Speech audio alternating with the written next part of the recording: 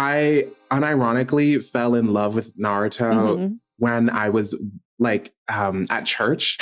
I was doing this like I was taking like videos of the sermons and stuff in the basement. So I had a lot of downtime because whenever I wasn't like, you know, panning the camera, I could just watch Naruto.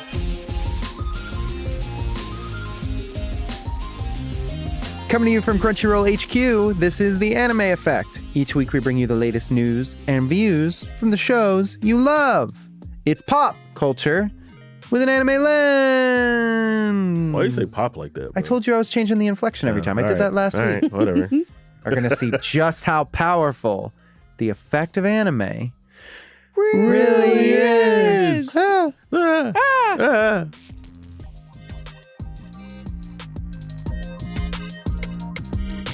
Hey everybody, so we are here with the legendary Anania with us today.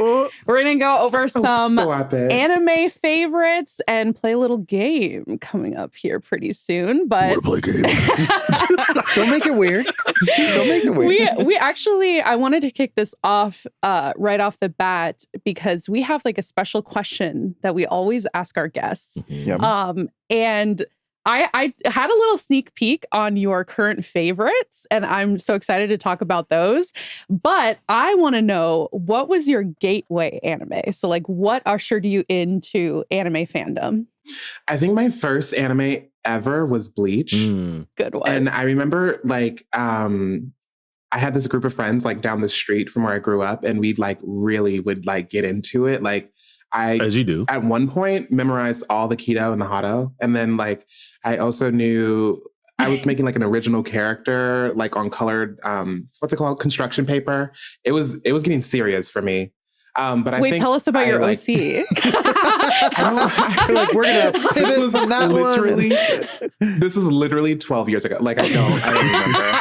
They're like, no. All I knew is that was fierce as fuck. That's all I know.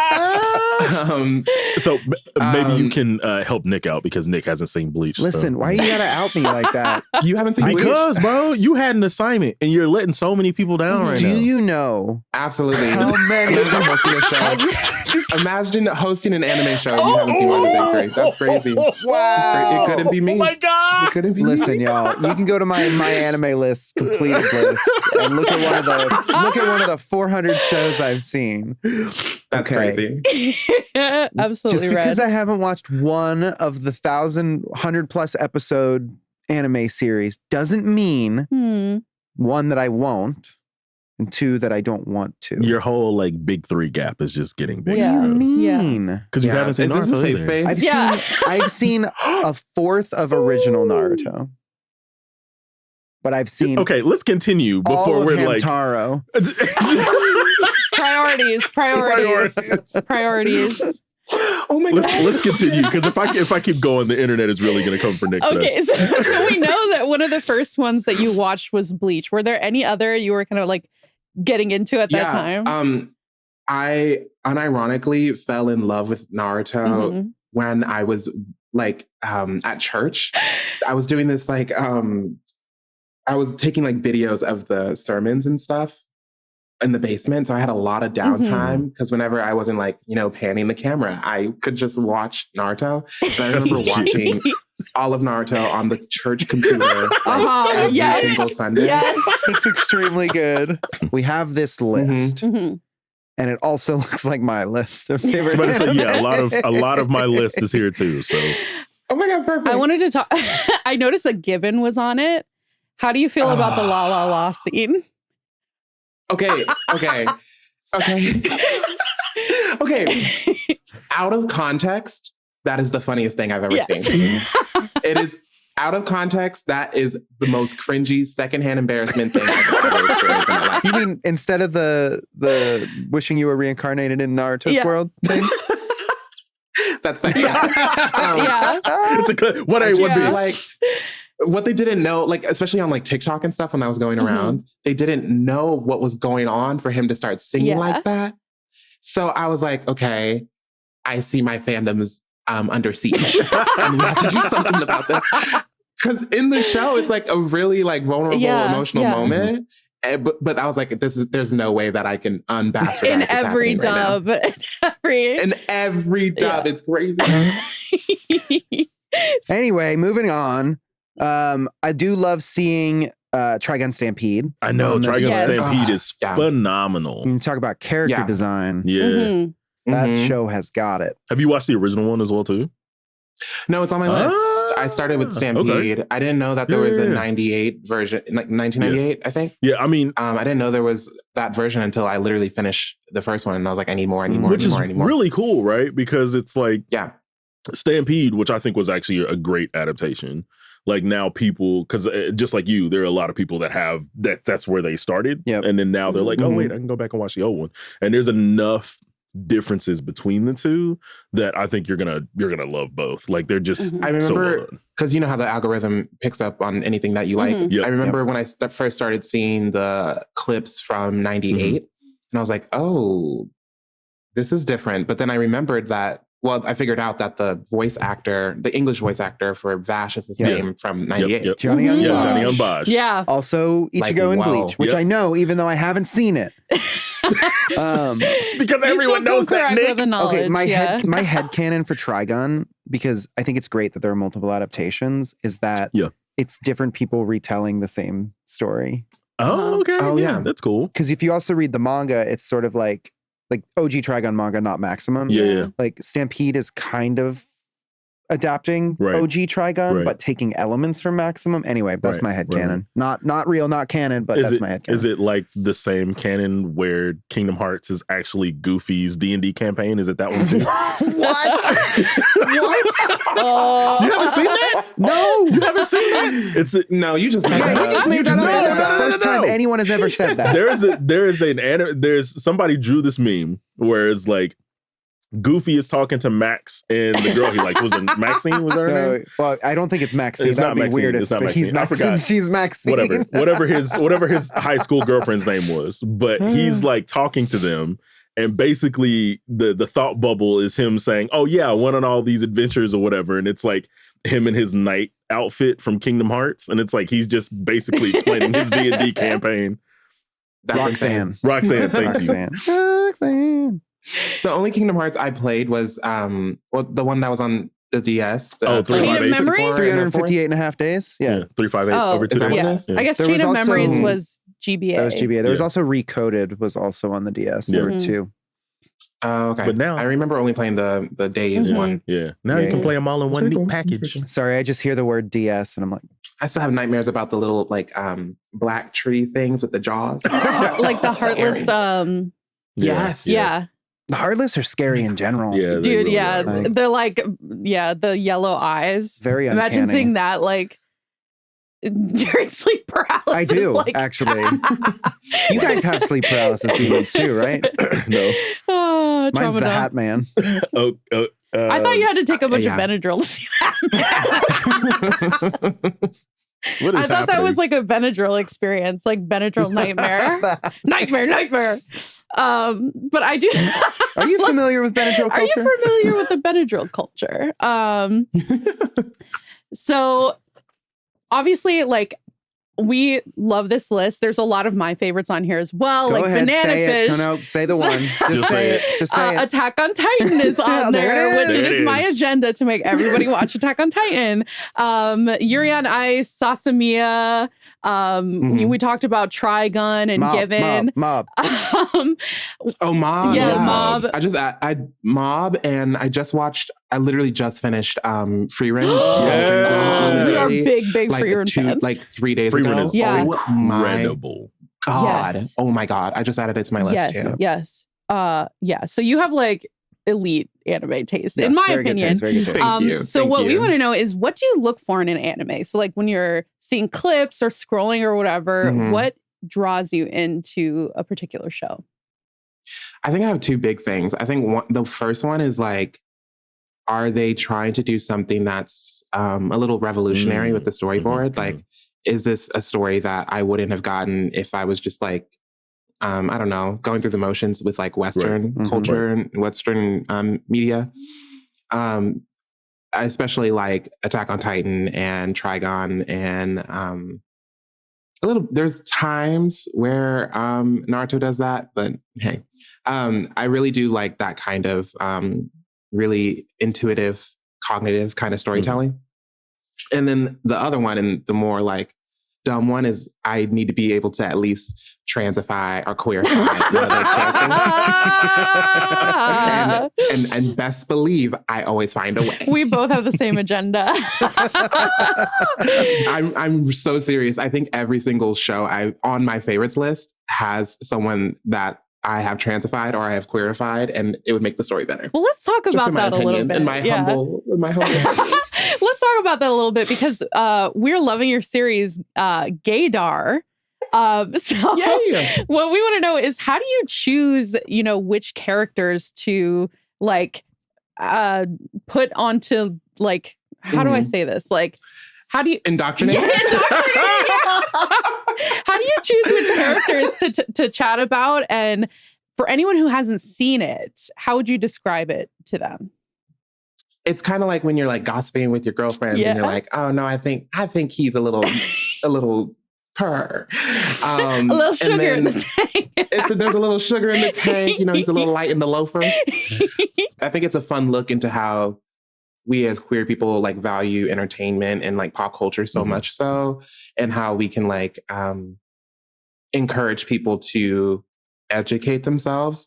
It's kind of going in like the long way where it's like you don't even know that you learned 10 facts about queer culture by the end of the episode. Yeah. But it's like it's like one of those brain worms that you can pull back out in a party conversation and be like, oh, actually, this was the senator at the time that Pride was made. And you know what I mean? That's the kind of vibe right now with Gaydar. That's awesome. And I think like people in our community, it's getting better now, but growing up, I didn't really have a lot of queer characters to really look up to.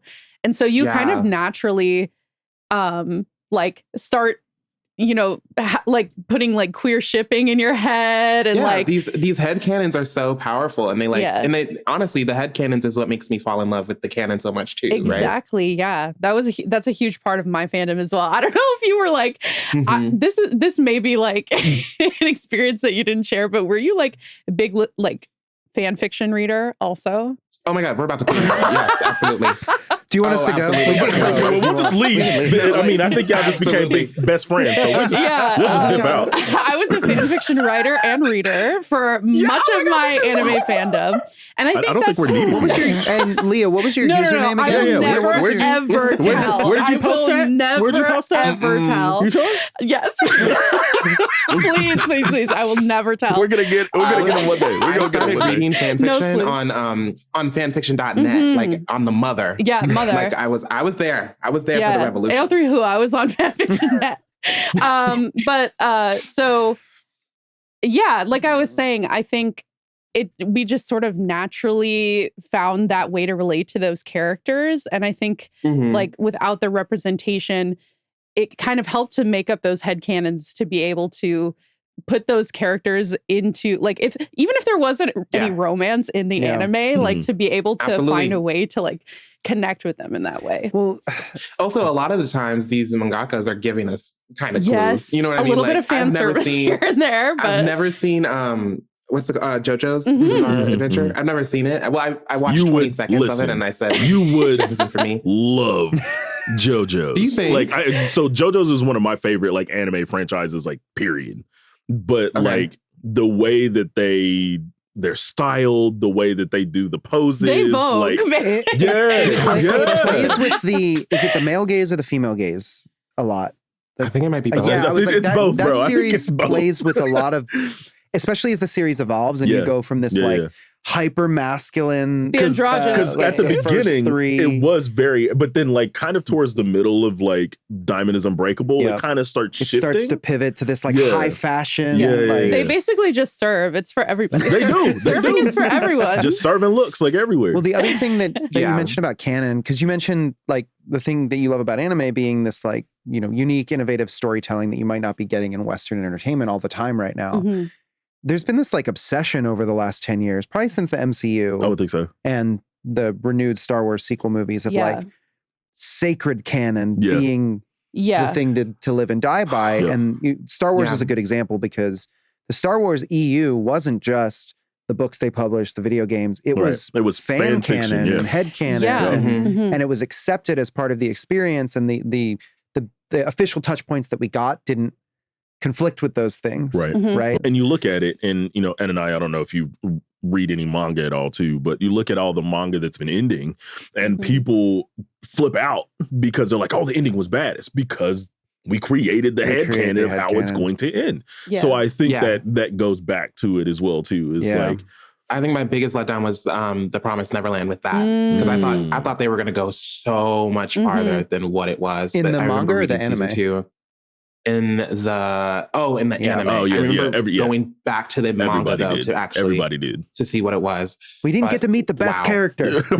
Right. There's something to be said about like once you put art into the world, like it becomes it belongs to the world. It belongs to the world. So I understand like even if something isn't canon, like the community still has an attachment to it and relates their own meaning to it. I think absolutely. There's also like a from like a objective standpoint, marketing wise, you want to market and like make the show something that people can run with. You know what I mean? You want your show something that everyone can like relate to and that the fan fiction writers will pick up and that kind of stuff, because it just draws more attention in the first place.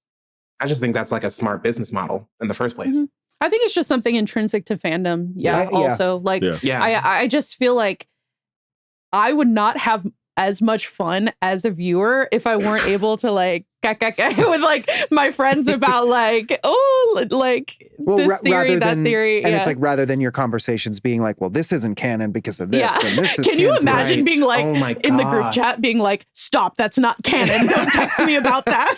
Oh my God. Yeah. That is literally the hardest part about being a comic book fan is having to like have discussions with people and they're like, well, canon. I'm like, I don't give I'm canon right now. Spider-Man's a vampire right now. Nothing matters. Miles is a vampire. We've broken everything. Like, what is happening? That's also that's a good point. Like talking about this, like the Spider-Verse, because people who like cosplay or I think the Spider, like, I don't know if this is where you're going, but I love that the Spider-Verse is kind of like exploded like fan creativity again. Pretty much everyone's OCs because are everybody kind has of canon spider because sodas. There's like everybody has their own. It's so cool. Well, and the story doesn't go out of its way to say it's not. Right. And to your point about like from a marketing tactic perspective, even if it's not a conscious thing, it's like it leaves that door open. Bro, we got Metro Spider. So what are we talking and that's canon. That's canon. So it's canon. Like, Do you want to play a game, Anania? Are you up for it? Absolutely. Oh my God.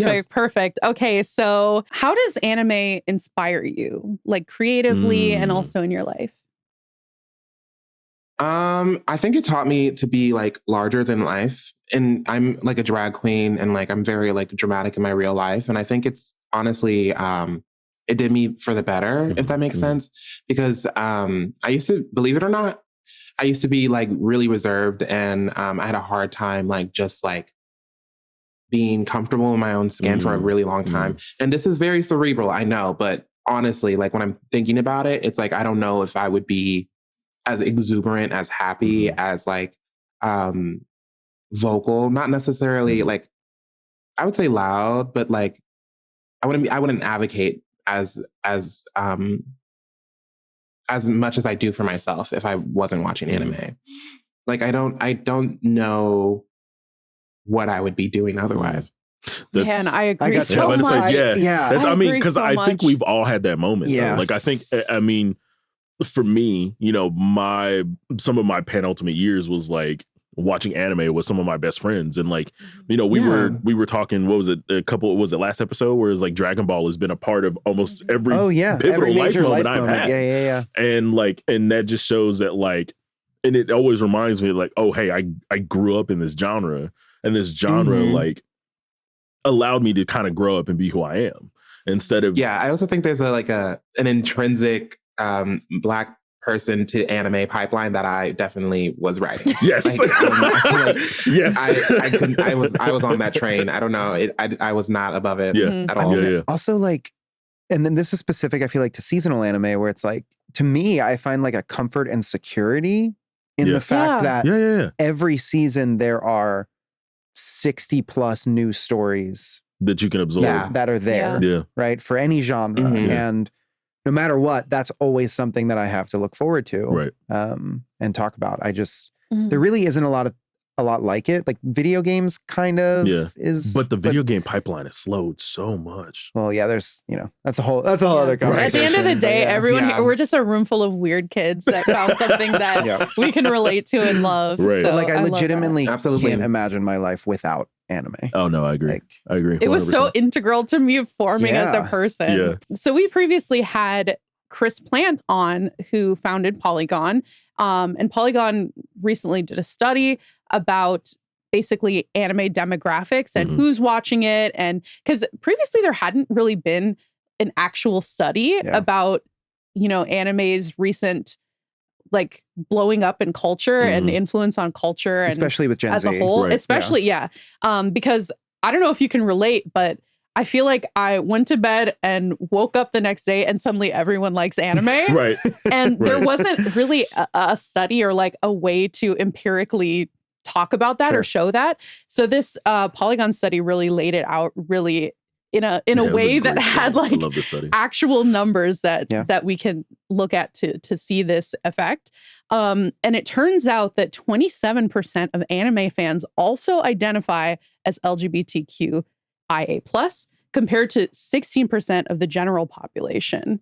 And that grows like as you go down in generations, which is so crazy.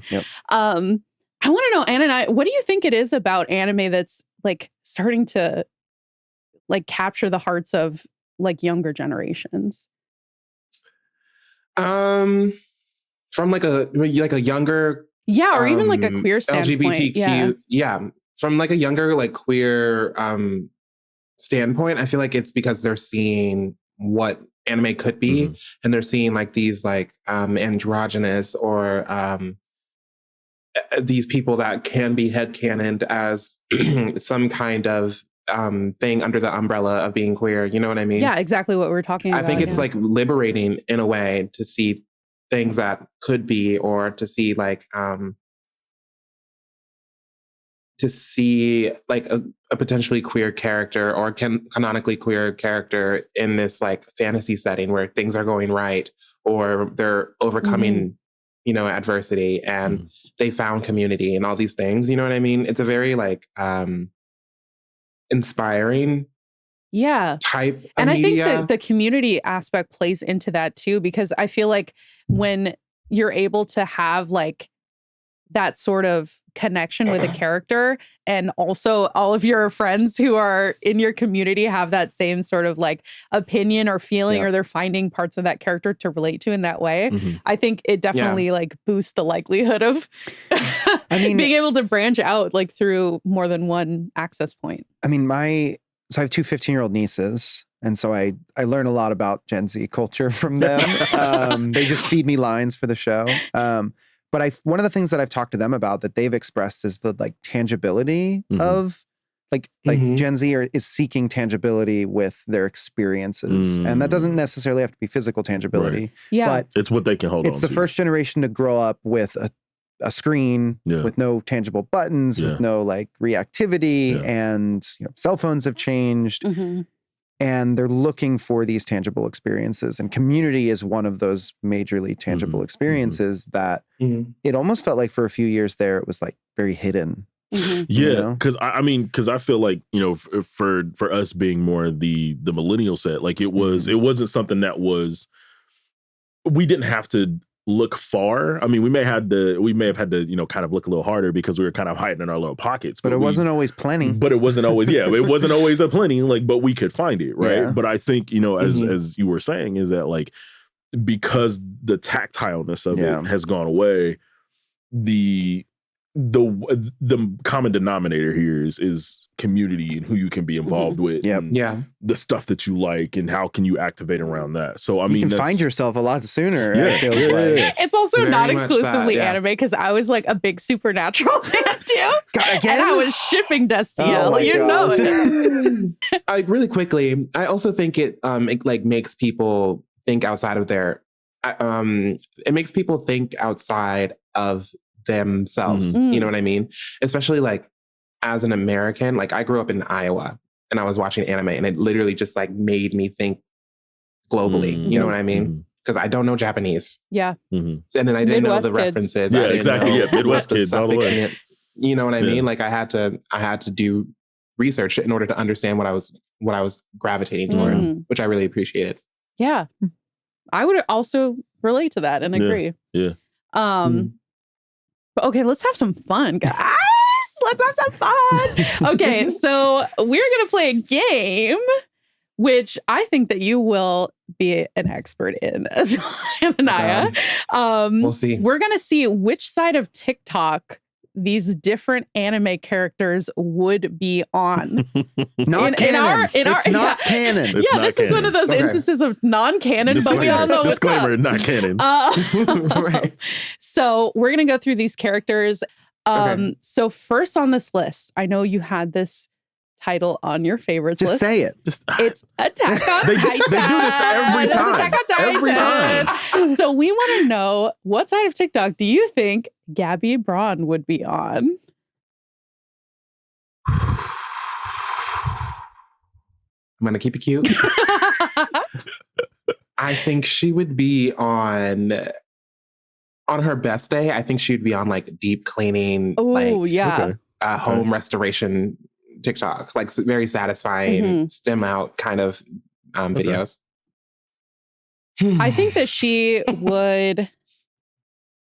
Well, here's the thing. Do you think that she would do like trendy dances? I believe you're asking me this question. Right. Because every once in a while, I'll get like a TikTok with like one like. It is just like a kid that stole their mom's iPad and is doing like a dance. Do you know what I mean? She stole Ryan's iPad. Do you know those TikToks of like, they're not Rube Goldberg machines, but they're like people trying to like make impossible like trick shots? Like do perfect. Yeah. I feel like that would be one. Falco. No, that's Gabby. Falco would wear... You know why it would be Gabby, right? Oh, because she never misses a shot. That's right. Enough. She never missed a shot. Gabby would be on Potato Talk. What's Potato Talk? Oh, you guys don't know Potato Talk? No, bro. Oh. What is... Oh, wait. Were they like make potato flights? I've seen that. I just made this up. Or, no. Potato Talk? That's Sasha, by the way. Did you say Sasha? I didn't hear you. I thought we were talking about Gabby. I have to explain? I think it was a slide. Thank you. That she would get that potato with the tuna. Tuna and the beans. Leah still hasn't gotten it yet. You're the only one. Yeah. Wait, okay. what's with potato? We're locked in virtually. I don't get it. Why? Anyway. Wait, Potato Talk. Yeah, let's. That's Sasha. Sasha ate the potato. Why would I say Sasha when we're talking about Gabby? Oh. Yeah. God. No spoilers. You made it a whole thing. Next. So the next one is Becky Blackwell from Spy Family. So that's Anya's little friend. Black Bell. You said what did Blackwell. I say? Blackwell. Like the mercenary arms right. company. Becky Blackwell. I don't know if she'd be on whatever the rich girl side of TikTok is. Like she's on Slime Talk. Absolutely. She's like making slime on the table. You know how like people just dump the glue and then they just like make it on the table? Because does she have a crush on Damien too? No, she has a crush on Lloyd. She has a crush on Lloyd. Yeah. Okay, so she's watching Super Spy fan cams on TikTok. Oh, okay. Yes. She's watching K-pop fan cams. Oh my God, absolutely. She's watching K-pop fan cams. I'm trying to think like, does she have a TikTok account? She makes now? edits. She's like, what, 7? Well, they're like super genius does she have a kids. TikTok? That's true. Yeah. I don't know. I feel like she would be on like some kind of like very posh. Yeah, that's what I'm saying. Like it would be very like absolutely. Yeah, very like very T-talk. Very like look at this Coach bag. Yeah. Very just very rich girl. Unboxing. For no reason. Back to school haul. Unboxing videos. Absolutely. So we've got one more here. You're a Full Metal Alchemist fan? Absolutely. It's been a while though, but yes. So we're talking about Maze Hughes. He would be all over the dad TikTok home improvement stuff. Dad talk. Which one is he again? He's the best friend. He's Mustang's best friend with the daughter with the daughter that he loves. He's also a cop though. Yeah, right? and he's a cop. Yeah. Well, I'm saying dad talk. I think he'd be on Dad Talk. He's got to be on Dad Talk. Yeah, he's got to be. He'd be like on Dad Talk too. Like wholesome animal videos, like uplifting hope core. Absolutely. I think he would do the trendy TikTok dances. He would. You know, he would. like that is your resurgence. That would be your trendy TikTok dance, man. That's him. It's crazy. Him. And I live for the middle-aged people doing the TikTok dances. I watch every single one of them, but it's just I never would have thought. Especially when they eat it up, I'm like, damn, I couldn't even do that. I'm like, no, like I gotta get in class. I don't know. And he would be doing the dances with his daughter. Like that's the more important thing here. And eating her. Wait, if you were on a different side of TikTok, what do you think you would be? Because I think in another life, I would be a book talker. Oh, I'm definitely with you there. Yeah. Wait, what side are you guys on now? I mean, I don't know. I mean, look, I don't participate in TikTok, so I mean, whatever. I have the weirdest For You page of all time. Like, it's weird. I'm on One Piece card opening TikTok and clips from Childish Gambino's new tour TikTok. Yeah. I get like drama recipes, like these weird videos that are like very low quality, and they're like just like random like boomers like doing different filters. I get a lot of makeup and comedy videos, like stand-up comedy. Yeah. Also, I get like maybe an anime edit every 3 scrolls. I've been getting a lot of those. I get the edits. Over 2 minutes, and they're always the best thing you've ever seen before in your life. Yes. My God. Yes. The ones where you have to turn your phone sideways so you see the full thing. Yeah. Oh my God. Did we see the, I literally keep talking about this edit because it's on my mind all the time. Have we seen the Itachi and Million Years Ago by Adele? Oh no. edit? I don't think so. Oh, okay. After the show, everyone go look it up. Okay. Wait, let me actually make a note of that. Okay. So like, it is the best thing I've ever seen before in my life. What was the song? Since I don't do TikTok, I have to, like, what side of TikTok do you guys think I do? Comic talk. Just all comic book stuff. Yeah. Comic book theories, news. Film talk. It's really saturated over there too. Yeah. I think actually, I think I have like a little bit of everything except for like, I don't get like anything from like, I know it's out there, but like, I don't get any straight talk videos. Absolutely. Like, and I hear They're about all going these right people. to me. Lawn mowing. Cleaning the gutters. Actually, I do get gutter cleaning. Car purchasing. I do too. But I do too. I get gutter cleaning and then I get gutter cleaning. Yeah. Okay. There's a whole like world of TikTok that I don't like. These people have like 5 million followers, and I've never. Fushigi. Yeah. God, like, Fushigi. Oh my God. Okay. This was so much fun. Big thank you to Anania for joining us today. Thank you for making us laugh. This has been so great. fun. Oh my God. Thank you so much. This is awesome. Yeah, you got to come back now. This is awesome. I would love to. This is so fun. Do you want to plug all the things? Yeah. You all can find me Anania00 on Instagram, Twitter, TikTok. And watch my new show, Gaydar, which is on TikTok and Instagram. And if you're in New York City, make sure to always watch my Instagram stories because I have drag shows coming up and that kind of stuff. Thank you again so much for joining us, friend of the show, Anania. This has been so fun. Coming up next, we're recommending our favorite horror anime for Halloween. Sharing what real life places have been featured in anime we'd like to visit the most. That's next. All right, y'all. Y'all know what time it is. It's time for recommendations. Recommendations.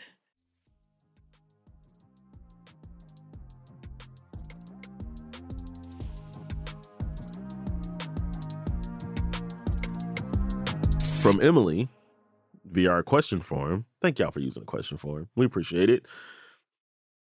I'd like to see an all horror anime episode for spooky season. Okay, here's the thing. We did not plan it well. We didn't do that. We'll try next year. I think that is a great idea. It's an awesome idea. And I think it's something we can. I mean, even if it's not next year, like we can do it. I don't know, whenever. Yeah, we Scary workshop anime it. is great. Yeah, we workshop. But then also definitely for next year. But we wanted to take this question and give you kind of what some of our favorite or recent picks for horror anime are. There is a lot of horror anime out there. Yeah. And I'll be honest, I don't watch a lot of scary stuff. Like Alien is about like as scary as it gets for me. And that's still pretty scary. It's scary, but it's like sci-fi horror. I like sci-fi horror. I don't like horror. Yeah, like I get what you're putting down. Terrifier. Yeah. I appreciate and respect the art form. Can't do it. Oh my gosh, but the guy that plays Terrifier is so good, bro. Oh, Art? The guy who plays Art the Clown? The guy who plays Art the Clown. Probably too good. All right. I went with a recent pick as opposed to like a favorite pick, but this is one of my favorite series of the year so far, which is, and it does classify as horror. It's also sci-fi and mystery, but Terminator Zero. I still haven't watched this. It's on my queue and I have not clicked play. Yeah. There's something about, I literally mentioned Alien in the idea that I like these films where there's this sort of like monolithic creature character that is like unkillable force of nature that characters have to adapt and understand to overcome. Right. And Aliens like that, Predators like that. I mean, gosh, even a lot of like classic slasher horror like Friday the 13th or Nightmare on Elm Street is like that. And that's horror that I can get behind. Or rather that I can make it through without having a full-blown panic attack. Terminator Zero, production IG. Yep. So Psychopaths. It's beautiful. Yeah. Kaiju number 8. Like, it's a great looking series. I think it's only 8 episodes. It's on Netflix. And it really plays into the Terminator as a like horror icon. And then, of course, has a lot of like fear-based storytelling around like dystopia and the end of the world and increasing focus on like technology and like all this stuff. So it's a good pick. I would highly recommend watching it this spooky season. LeAlec, what do you got? Ooh, got a couple. All right. I know I've mentioned this one on the show before. Undead Murder Farce. Great show. Yeah. Incredible show. One of my favorites that was last year. Year. Does not get enough credit. Probably like one of the best like semi-original titles. It's the dark universe come to pass. That should have actually happened. And I say semi-original because like part of it was based off source material, part of it wasn't. Like, and they did a really good job putting it together. So if you have not watched this title, you are doing yourself a disservice. Like, there's so much really cool stuff that happens. Not particularly scary, but it does bring together names that you will recognize from the horror space. Exactly. Another one that's a little more, I guess, comedic. There's some suspense in there. And less funny, but like when you get to the end of the series, it's like, oh my God. Zom 100. Yeah. It was one of my favorite titles for that season. Even though it had to take like a long break. But when I finally finished it, I was like, this is incredible. Oh yeah. They nailed the design of that series. Yeah, Bug Films nailed it. And this title alone makes me really excited for Witch Hat. Because they're doing Witch Hat as well. Right. So I'm stoked. But if you guys haven't watched Zom is an absolutely incredible series. Especially because I feel like we got to a point to where we were getting zombie stories and they were all kind of the same. Just in general for media. It's definitely a fresh take. Yeah. And Zom is definitely a fresh take on it. If you haven't seen Zom 100, it's Zom 100 Bucket List of the Dead. Yep. Yeah. And it's about crossing things off your bucket list before you become a zombie. Yeah. So yeah, it's great. That's the setup. That's what I would be doing. Like, I know I'm gonna die, bro. Like, I'm not gonna survive the zombie apocalypse. I'm gonna turn up. As soon as I run out of my medication and my glasses break, I'm screwed. I'm done, should have gotten that LASIK. Maybe I could go to a doctor and find some context. An eye doctor might have some context. Think anyone has doomsday prepped their prescription glasses? Because your prescription changes it changes like every day. I don't think so. A little bit. That's interesting. Yeah.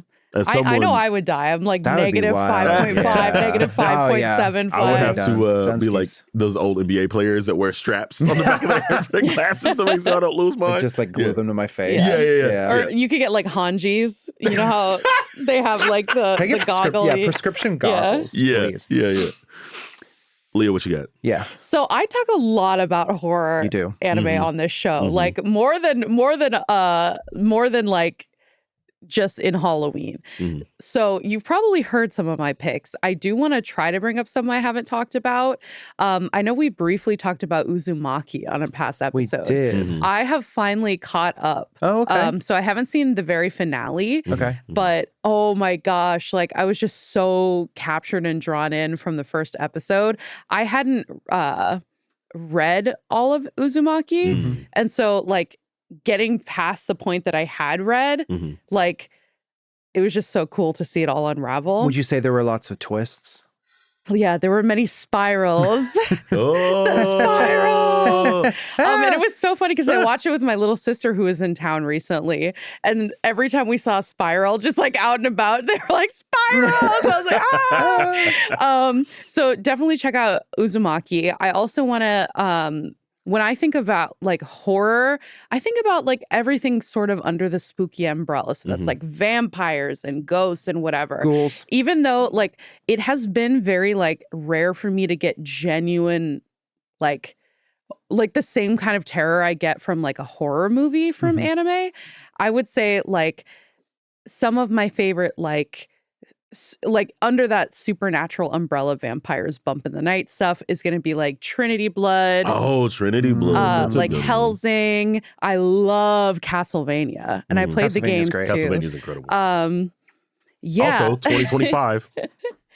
That's when that's coming back. Nocturne? Castlevania. Yeah, Nocturne. Yeah. Oh, there's a new game coming out. Oh, no. The animation. They're expanding the series? It's a new animated season. Yeah. Oh, cool. Yeah. I haven't seen any of it. Yeah, Really? we love Alucard. We love him.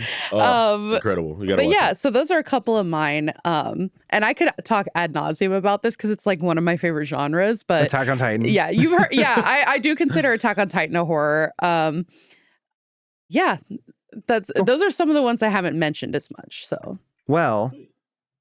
Let us know what your horror recommendations are. And maybe I know we're definitely missing some. I know I am. We can hopefully help Emily build a watch list for this year in lieu of us planning ahead to have an episode based around spooky stuff. Next time we'll do it and we'll have costumes in the whole nine. It'll be fun. There's always got to be a costume. Yeah. Anytime the show's involved, and you can just wear one costume instead of wearing three. We also got a recommendation from Paul. We did. Hi, I'm Paul. Hey, Paul. Hi, Paul.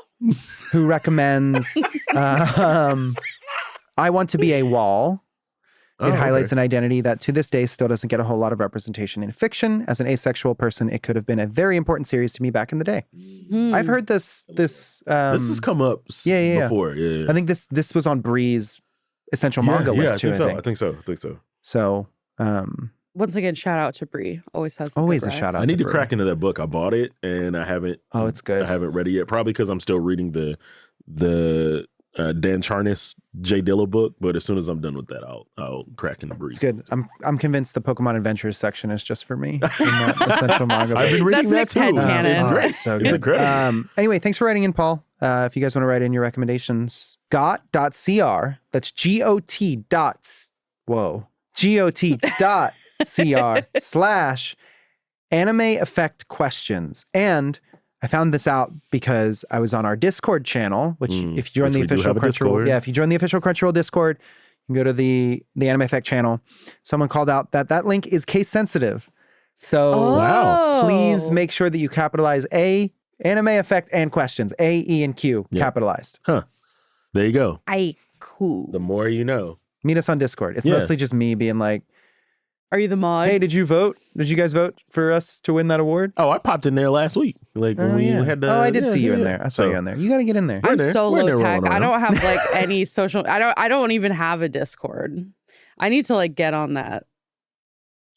I'm like 10 years behind and all of that. I still have my Guy Online account. Bro. Okay. Let's get a Guy Online server. I used to sell art commissions on Guy Online for gold. Now it's mailbag time. We're just gonna open it up the mailbag now. Inflation hit, Gaia. Who wrote us? Leah, who wrote us this week? Okay, so James from Team Rocket. I love it. They updated it after we said it. After we said I love it. That's so funny.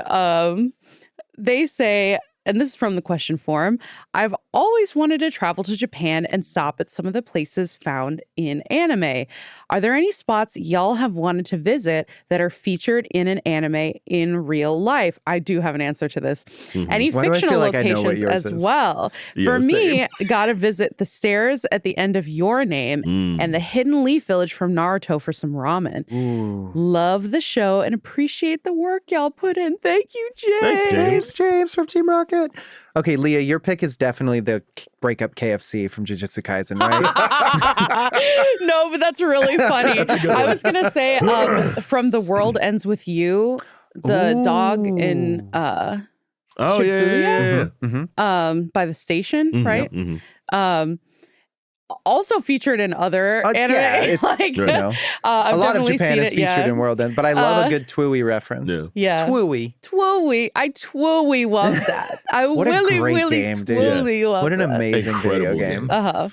Once in a lifetime. I mean, James took my pick, which is the stairs from the end of Your Name. I want that. Yeah. I want to see that. You're the only one of the three of us that's actually been to Japan, right? It's funny that the Shibuya incident was happening as I was going there, and I'm like, "Well, did you see the shrine or the like the morning shrines?" No, but we were like at Shibuya Crossing, like we were staying like really close to Shibuya Crossing, and I'm like, "Well, I hope some curses don't roll through." There's here. no incidents today. No incidents. I got to see a lot of really cool stuff in Japan. Like, I'm jealous of a lot. You went to the Kirby Cafe. Yeah, went to Kirby Cafe. You went to that secret cafe of the the Pokemon Nintendo designer Cafe. guy. Yeah, that was awesome. Went to the Pokemon store. Oh, Capcom I want to go to the store. Pokemon Center with the Mewtwo in the pod. Yeah. I want to go to the Piglet Cafe. So much cool. I went to the. I want to go to Don Quixote. Don Quixote is amazing. Went to Toho Studios. They have a big Godzilla out front, which is awesome. I am emotional. Do they still have the giant gun? Like, is the giant gun still? They just moved the classic one, and I think Unicorn they just took down. So that one I definitely. I got the Gundam Crocs at least. I'm hoping it gets replaced because 00's the big Gundam for them this year. So I'm hoping they replace it with one of those. It's not in Japan, but I also want to visit that city that was the inspiration for Attack on Titan. I think it's in Austria. That sounds right. Yeah, it's not in Japan. Sounds right. Yeah. I haven't been to the Tokyo Dome. I really want to go to Tokyo Dome, mostly because you can see wrestling shows there. That tracks. And, it's me. Man, and in fictional, as a Dragon Ball like kid, like I would love to like be at Capsule Corp or like just the capsule technology is so cool to me, bro. The tournament, like, the world tournament. Yeah, go to the world tournament. Like that'd be cool. Like I'm all about that. Tommy's Lookout. Yeah, mostly because I think I just want a capsule car. But it's just like the capsule my car in my technology featured in Dragon Ball Daima. Yeah, episode 2. I want to go to the bar where they have those muscle men that like. Do you know what I'm talking about? Yeah. We gotta go to Japan. Maybe we can go to Mob's High School and join the Body Improvement Club. Fight on! Yeah. We should go to Japan next year. That'd be fun together. We got to make an itinerary though. Yeah, we would have to. Y'all are gonna want to go like here and then here, then here. I will and then literally here, just want to go digging through bins for classic video game consoles like that and cartridges. That's all I want to do. Akihabara is great for that. All right. Oof. Hope that's a good answer. Well, there's a lot of an answer. I think that's it. Are you gonna? So. Okay, before you wrap up, before you take us to the outro, guys, I think this is going to be my last episode until not forever. Why? I mean, we know why. Yeah, until baby Friedman. That's so sad. Enters the world, and then also my paternity leave's over. Yeah, the inmates are running the asylum now. Yeah. You can't stop us. You can't. We're taking over Arkham. I was gonna get really emotional here for a second. Oh, which is that I was like, no, I didn't mean it like that. I meant like I am really thankful for you guys for going on this journey. Oh, come on, bro. Now I'm gonna get emotional for the last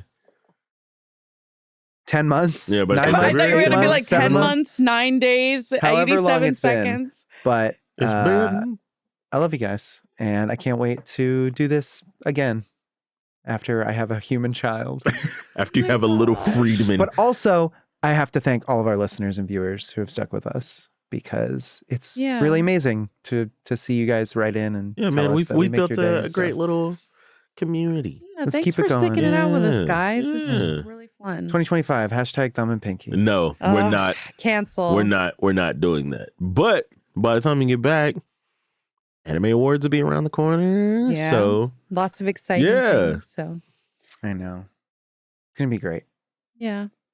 The inmates still run the asylum now, though. So yeah, I'm gonna be the special guest host right. when I get back. I'm gonna be like, we actually filled your spot. It's Alex because he looks just like you. He looks just like you. And I want to say thank you to Nick because you're kind of the reason that we're even here right now. Yeah. This was Nick's sort of like brainchild, and yeah, thank you for choosing us as your co-hosts.